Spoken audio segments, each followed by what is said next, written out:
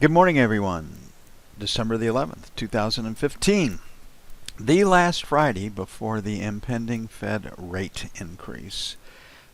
Equity markets got hammered around the globe outside of Japan's.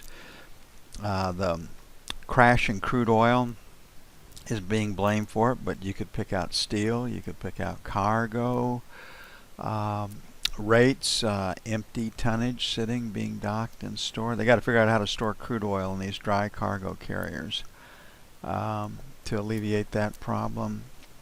Iron ore. I mean, the world is going through economic contraction right now, deflation, in a big way. And commodity prices are back where they were in 2008.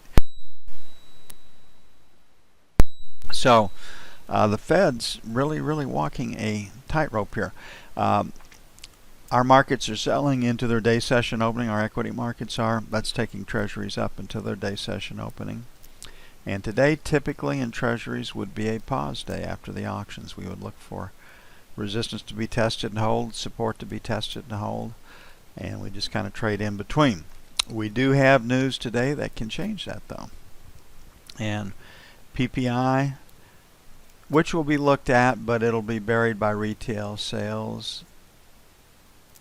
Unchanged, 0. Core plus 1/10.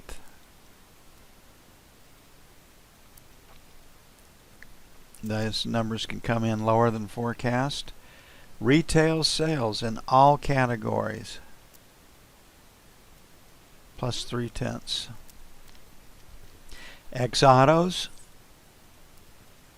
ex-autos and gas, all plus 0.3. That's a pretty healthy number. This number can come in lower than forecast. Business inventories, plus 0.1.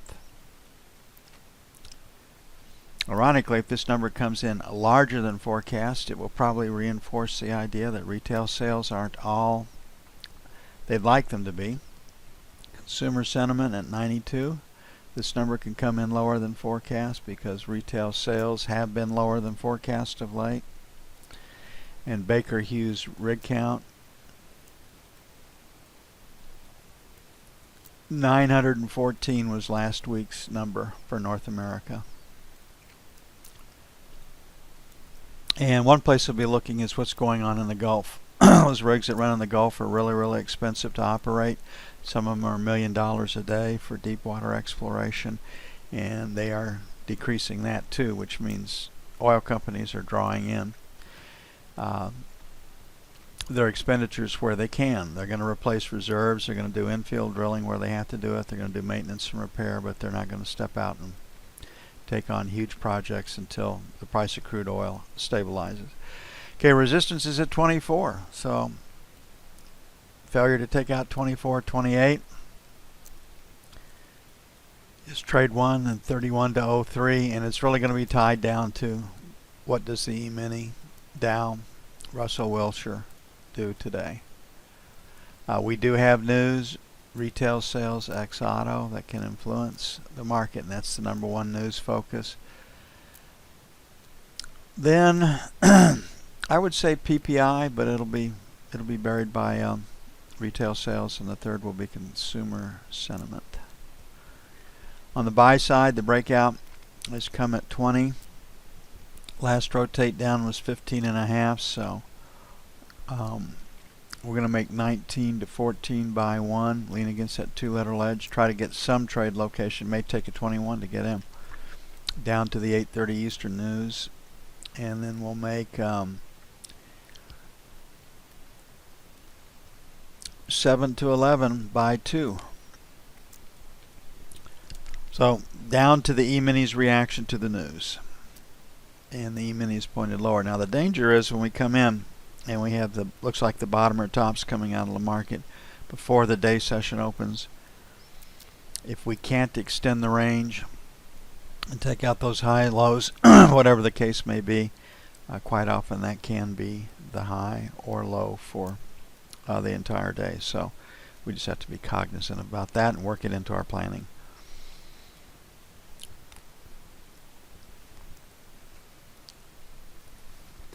Naturally, the knob spread is expanding before the day session opens. Little to buffer, little to offset it.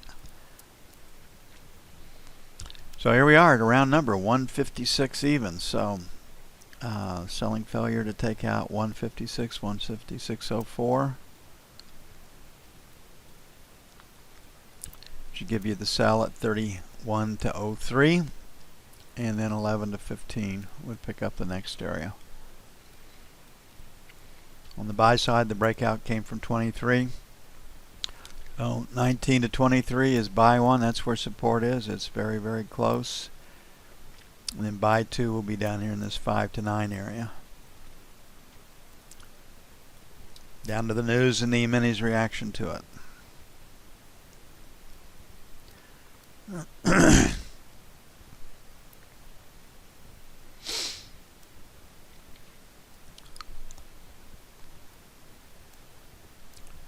Gold got hammered like we thought it might last night, and gold looked like it was set up to go lower, and it did go lower in London.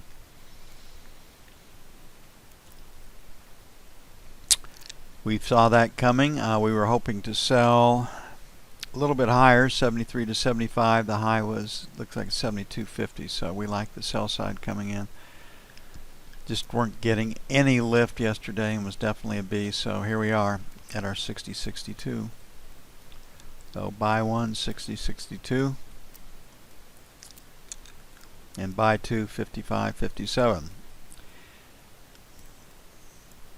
Several more Chinese executives have disappeared this week in banking and brokerage and industrial CEOs, CFOs, etc. That just cannot be a very good message to be sending to the world out there. Obviously, it'll be for fraud or something like that. Couldn't be because of general economic conditions forcing their hands, and there is a lot of fraud in China. I mean, if you look at their economic system, who you know, your party status, access to state funds, planned economies, can't have the government singled out to be the problem. Has to be corrupt individuals, right? And that's the problem with those type of top-down economies. It's the problem with crony capitalism. It really, really hurts growth. Or it gets growth totally in the wrong areas. It's done off of not prudent business decisions, not economically based. Got an idea that you can sell to an investment committee, and I see it. We see it all the time in our municipalities, in our federal government. These guys come in and are able to sell a politician, and the politician can get some mileage out of it, and they do. Sell 110, break through and bust out on that one. I had no reason not to go back and retest the high at 10.50. So sell 2 at 10.50 on the euro. Why is the euro higher? Yuan devaluation, 6th day in a row. China is desperate to keep that going. We don't hear it talked about a lot, but back in their great industrial breakout, they needed 25 million new jobs a year to keep things stable, and obviously they're falling short of that.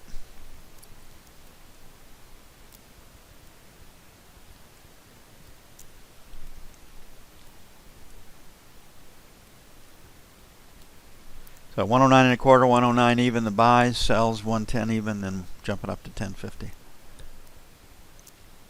Crude oil, there'll be, I'm pretty sure we're going below 35 for stops, but there's a low on the charts in that 33 area, I think, that defines that last rotate down before we rallied up to 140 plus. And what we've had in crude oil historically is that it will break as the complex goes bust, as the sector goes bust, but it's held above the previous lows. And there was a $9 cash cargo in Kuwait on the bust before the last. So bust 33, $9 in the cash market would be the next potential target, which eye-watering. Now, everybody that's got reserves and production before 2008 can get their overhead back to where they can live at those prices. The issue becomes, can they replace reserves at these prices? And that's, with the deflation that's going on, all our costs are getting cheaper. And they got a fair chance of being able to do it, but it's not going to be an easy time for the oil industry. Buy one, 36 and a quarter. It's where support is. I think we're going lower, so that 35.50 to 75 area I think is a little bit better support. On the resistance side, 36.50 to 75, sell one. 37 and a quarter, sell two. Play is stops below 35 in my opinion.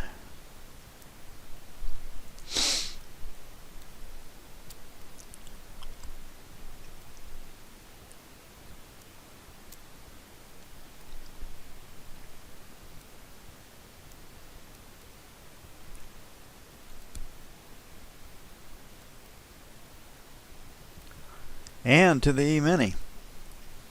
Only Japan's stock market is up overnight. Disappearance of executives in China, their economic woes continue to spread. And you read about just all sorts of loans being taken right now, all sorts of special loans being given, problems in the transportation sector, etc. So their economy, due to the decrease in global trading, is under pressure. It is contracting, no matter what the official numbers say, as ours is.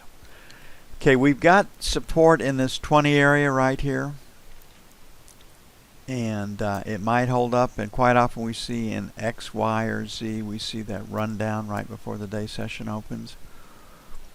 The market is set to spill, so the 50 lot player watching what they do off the day session opening is probably going to be key to what happens today. So stops below 20, so this 15 to 20 area will be the first area. But you can see all this low volume that we have down here in this 10 to 15 area. This is probably where pretty good support is. So we'll make 8 to 12 our buy 2, coming in at the low end of that range, and we'll see if it holds. And we're going to have to watch for the 50 lot player on the opening. We're at 22, 26 to 30, so 25 to 30 is our sell band 1. It's wide. We're going to have to account for extra volatility. Then 35 to 40 is going to be sell 2.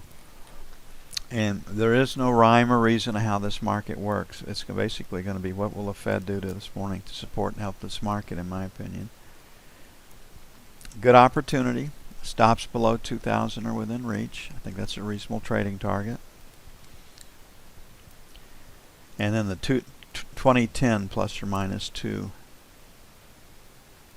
I think looks like pretty good support starting out basically 2010. Should be about 10 points below where we are right now. Good. Okay, it's going to take a bit to get everything up and posted. I'm going to get busy on that. I will be back with you as soon as possible.